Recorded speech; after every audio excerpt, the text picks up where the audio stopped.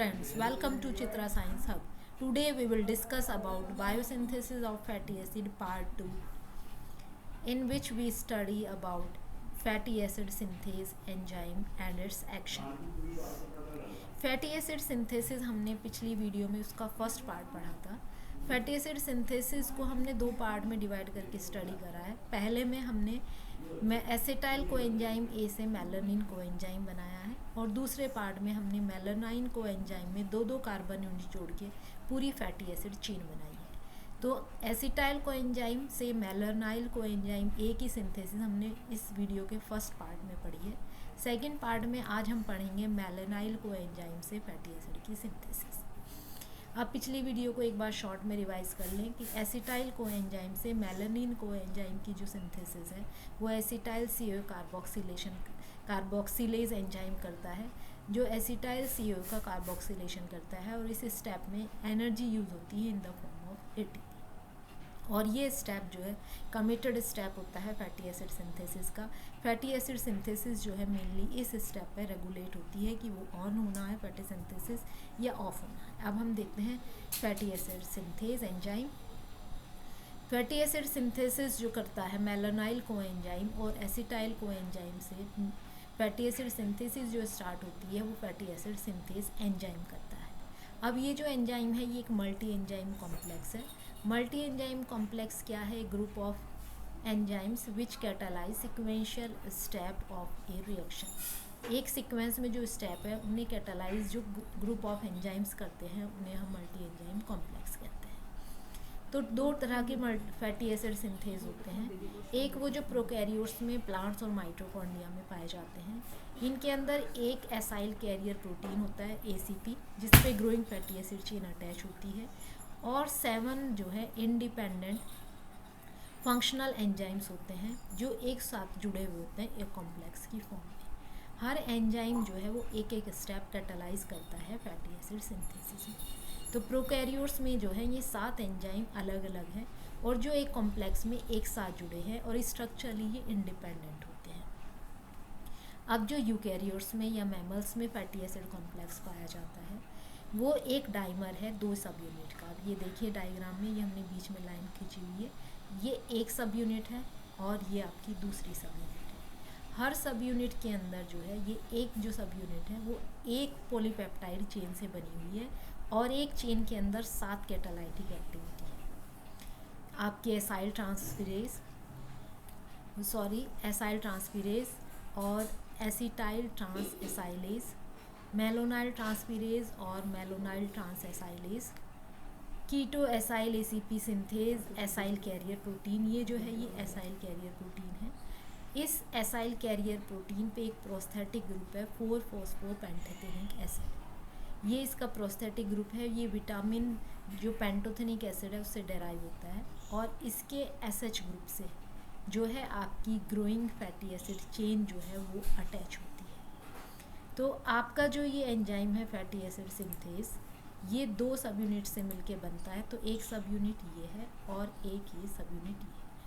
Functional जो आपकी सब यूनिट बनती है उसमें हाफ मोनोमर फर्स्ट यूनिट का, हाफ मोनोमर फर्स्ट यूनिट का और हाफ मोनोमर सेकेंड यूनिट का मिलके एक फंक्शनल यूनिट बनाते हैं। यानी कि एक फैटी एसिड सिंथेसिस यहाँ पर चलती है और एक फैटी एसिड सिंथेसिस यहाँ पर चलती है। जो ये है आपका ACP, इसके ये जो 4-फॉस्फोपेंटैथेनिक है इसके थायोल ग्रुप से SH ग्रुप से growing fatty acid chain attach होती है। तो एक फैटी एसिड सिंथेसिस इधर चलती है, एक फैटी एसिड सिंथेसिस यहाँ चलती है। तो मेमेलियन FAS जो है फैटी एसिड सिंथेज कॉम्प्लेक्स जो है 2 सब यूनिट्स का डाइमर है और हर सब यूनिट के अंदर जो है 7 कैटालाइटिक एक्टिविटी है। एक एसाइल कैरियर प्रोटीन है जिसके SH ग्रुप से जो है ग्रोइंग फैटी एसिड चेन आपकी जुड़ी होती है। अब फैटी एसिड सिंथेसिस स्टार्ट करते हैं। फैटी एसिड सिंथेसिस शुरू होती है सबसे पहले जो एसिटाइल कोएंजाइम और मेलानाइल कोएंजाइम ये 2 प्रीकर्सर हैं। तो सबसे पहले हम इन्हें ट्रांसफ़र करते हैं। ये हमारा एंजाइम कॉम्प्लेक्स है। तो ACP पर हम ट्रांसफ़र करेंगे आपका मेलानाइल कोएंजाइम ये और एसिटाइल कोएंजाइम हम जो है वो कीटो एसाइल आपका जो सिंथेज है एंजाइम उसके एसएच ग्रुप से। तो ये जो ट्रांसफ़र करने का काम है ये 2 एंजाइम करते हैं, एक है एसिटाइल ट्रांस एसाइलेज और दूसरा आपका मेलोनाइल ट्रांस एसाइलेज। तो सबसे पहले हम एसिटाइल ग्रुप का ट्रांसफ़र करते हैं। ये है हमारा एसिटाइल ग्रुप CH3COSCOA। इसे हम ट्रांसफ़र करेंगे KS के SH ग्रुप से। तो KS के SH ग्रुप से हमने इसे अटैच कर दिया, को एंजाइम A जो है वो रिलीज़ हो गया। अब हम करेंगे मेलोनाइल को, जो हमने पिछली पार्ट में बनाया था। अब मेलोनाइल का ट्रांसफ़र जो करेगा वो करेगा मेलोनाइल ट्रांस एसाइलेज। अब ये ट्रांसफ़र किस पे होगा, ACP के SH ग्रुप पे। ये आपका आ गया मेलोनाइल में से कोएंजाइम ये निकल जाएगा और ये मेलोनाइल जो पूरा ग्रुप है वो ACP के SH ग्रुप पे अटैच हो जाएगा। तो यहाँ पर सबसे पहले ट्रांसफ़र हुआ एसिटाइल ग्रुप का, उसके बाद ट्रांसफ़र हुआ मेलोनाइल ग्रुप का। एसिटाइल ग्रुप का ट्रांसफ़र करेगा एसिटाइल ट्रांस एसाइलेज और मेलोनिल ग्रुप का करेगा मेलोनाइल ट्रांस एसाइलेज। ये देखिए एंजाइम A और एम्प्टी, AT एंड एम्प्टी। अब हम ये जो हमें प्रिकर्सर मिल गया, अब हम इस पर 2-2 यूनिट जोड़ के फैटी एसिड सिंथेसिस करते हैं। मतलब ये जो मेलोनाइल कोएंजाइम है और एसिटाइल कोएंजाइम हो, पहले इन दोनों को जोड़ेंगे और उसके बाद जो है आपका आगे के फैटी एसिड सिंथेसिस चलती है।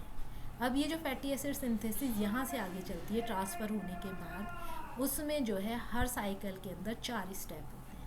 पहला स्टेप है कंडेंसेशन, दूसरा स्टेप है रिडक्शन, फिर है डिहाइड्रेशन और फिर है रिडक्शन।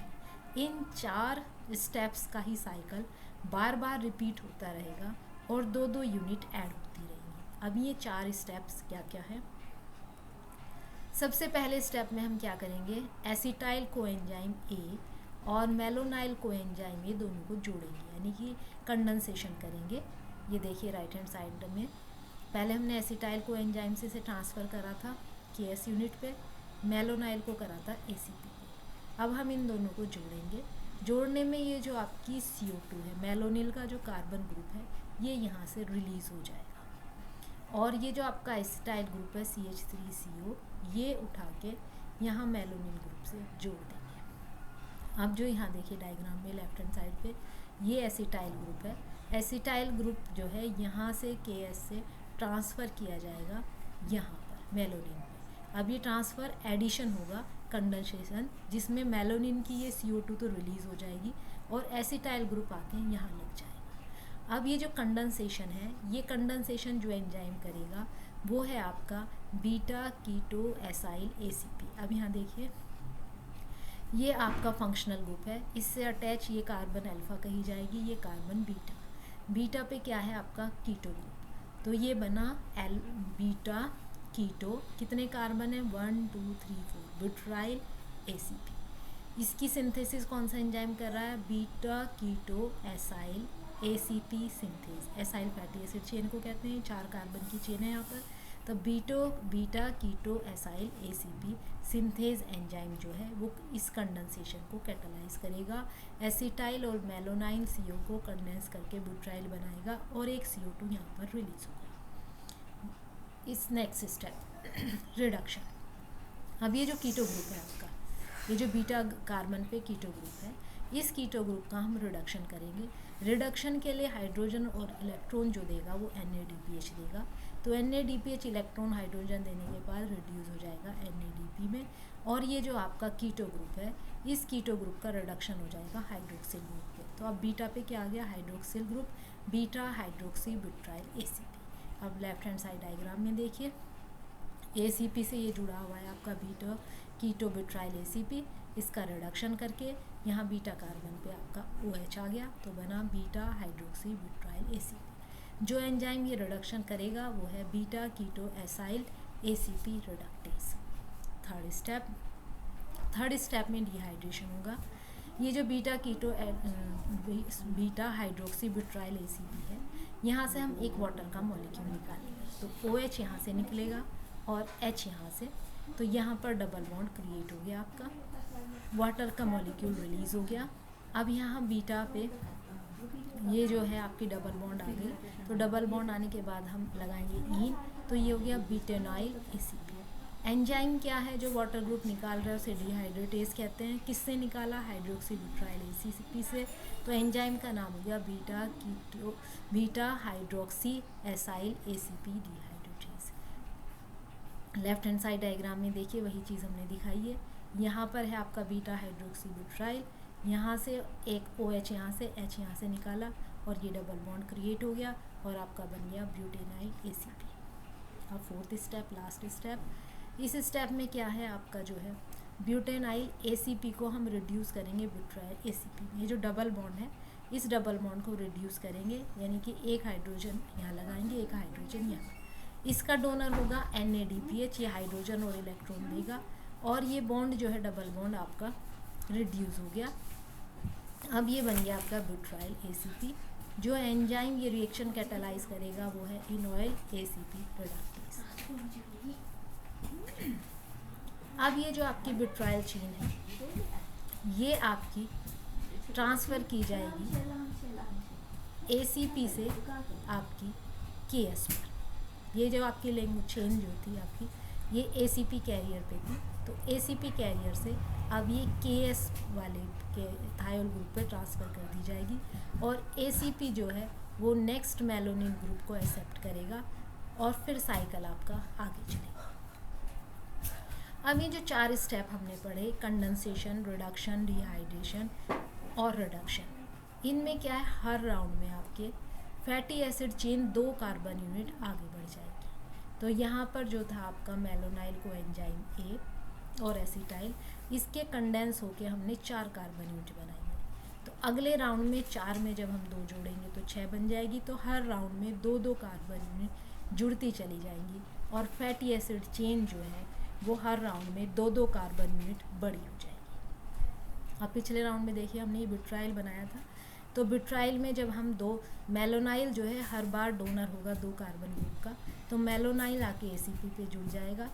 अब ये जो आपकी ग्रोइंग चेन है ये KS से लेके यहाँ मेलोनिन से हम CO2 निकाल देंगे और ये चेन KS से ACP पे ट्रांसफ़र हो जाएगी और फिर आपके वही रिएक्शंस चलेंगे और आपकी जो ये ब्यूटाइल चेन थी अब ये C6 ब्यूटाइल वो C6 beta keto acyl ACP बन गई और वो आपके कंडेंसेशन से और उसके बाद कंडेंसेशन के बाद वही 3 साइकिल्स चलेंगे, साइकिल रिपीट होते रहेंगे और लास्ट में C16 एसाइल ACP बन जाएगी, यानी कि फैटी एसिड चेन जिसमें 16 कार्बन एटम होंगे।